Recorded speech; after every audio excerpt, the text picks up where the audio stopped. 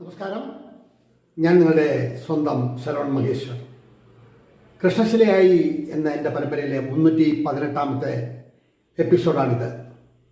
ഇന്ന് ഞാൻ നിങ്ങളോട് പറയുന്നത് പ്രശസ്ത സാഹിത്യകാരൻ MP അയ്യപ്പനെ കുറിച്ചിട്ടാണ്.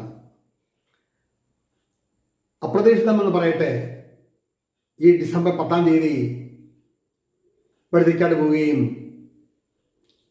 അവിടെ ഒരു കല്യാണത്തിന് പങ്കെടുക്കുകയും ചെയ്ത ശേഷം മടങ്ങുമ്പോൾ എൻ്റെ മനസ്സിലൊരു ഉൾവിളി, മഹാകവി MP അയ്യപ്പൻ്റെ വീട്ടിലേക്ക് ചെല്ലുക. എൻ്റെ പത്തായത്തിൽ നെല്ലിടാൻ പറ്റിയ ദിവസം എന്നുള്ളൊരു കവിതാ സമാഹാരത്തിന് അവതാരിക എഴുതി തന്നത് മഹാകവി MP അയ്യപ്പനാണ്. അദ്ദേഹം കാലത്തിലൂടെ കടന്നുപോയിട്ട് എത്രയോ വർഷങ്ങളായിരിക്കുന്നു.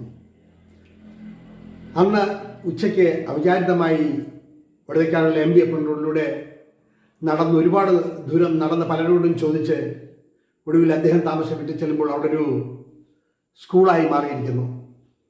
അങ്ങനെ എന്തായാലും ഇറങ്ങിത്തിരിച്ചു. അദ്ദേഹത്തിൻ്റെ മക്കളെ ആരെങ്കിലും കണ്ടാലോ എന്നുള്ള ചിന്തയിൽ വീണ്ടും നടന്നു. അങ്ങനെ വീണ്ടും കയറ്റവും ഇറക്കം ഒരു 1.5 കിലോമീറ്റർ നടന്ന് കറങ്ങിത്തിരിഞ്ഞ് ഉച്ചയ്ക്കത്തെ ആ ചൂടെല്ലാം കൊണ്ട്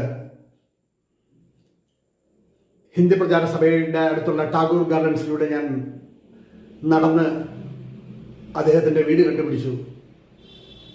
MP അയ്യപ്പൻ എന്ന സാഹിത്യകാരനെ നേരിൽ കാണുകയും പഴയ അനുഭവങ്ങളും ഒക്കെ സംസാരിച്ചപ്പോൾ 2003 ഡിസംബർ 10-ാം തീയതിയാണ് മഹാകവി MP അയ്യപ്പൻ ഈ ലോകത്തോട് വിട പറഞ്ഞത്.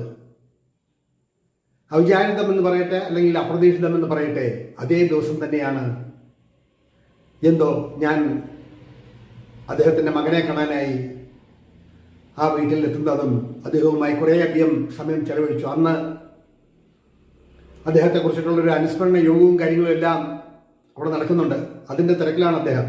എന്നാലും കുറേ നേരം സംസാരിച്ചിരുന്ന് അദ്ദേഹം എനിക്ക് 2 പുസ്തകങ്ങളൊക്കെ തന്നു. ഒരു ചെറിയ വീഡിയോ ഷൂട്ട് ചെയ്യണമെന്നൊക്കെ പറഞ്ഞ് മനസ്സിൽ പ്ലാനിടുന്നതൊന്നും നടക്കണമെന്ന് നിർബന്ധമൊന്നുമില്ലല്ലോ. എങ്കിലും അദ്ദേഹത്തിൻ്റെ സ്നേഹമസൃണമായ പെരുമാറ്റം, ഞങ്ങൾ കുറേ അധികം സമയം, ഏകദേശം 1 മണിക്കൂറിലേറെ സംസാരിച്ചിട്ടാണ് അവിടുന്ന് മടങ്ങുന്നത്. ആ അനുഭവങ്ങൾ, ആ എഴുത്തുകാരൻ്റെ കൃതികൾ, അതേക്കുറിച്ചെല്ലാം വിശദമായി ഈ എപ്പിസോഡിൽ ഞാൻ നിങ്ങളോട് പറയുന്നുണ്ട്. ഇതുപോലെ ഒരുപാട് പേരെ ഈ കൃഷ്ണശിലയായി എന്നതിലൂടെ നിങ്ങളെ പരിചയപ്പെടുത്തുന്നുണ്ട്. അതിൻ്റെ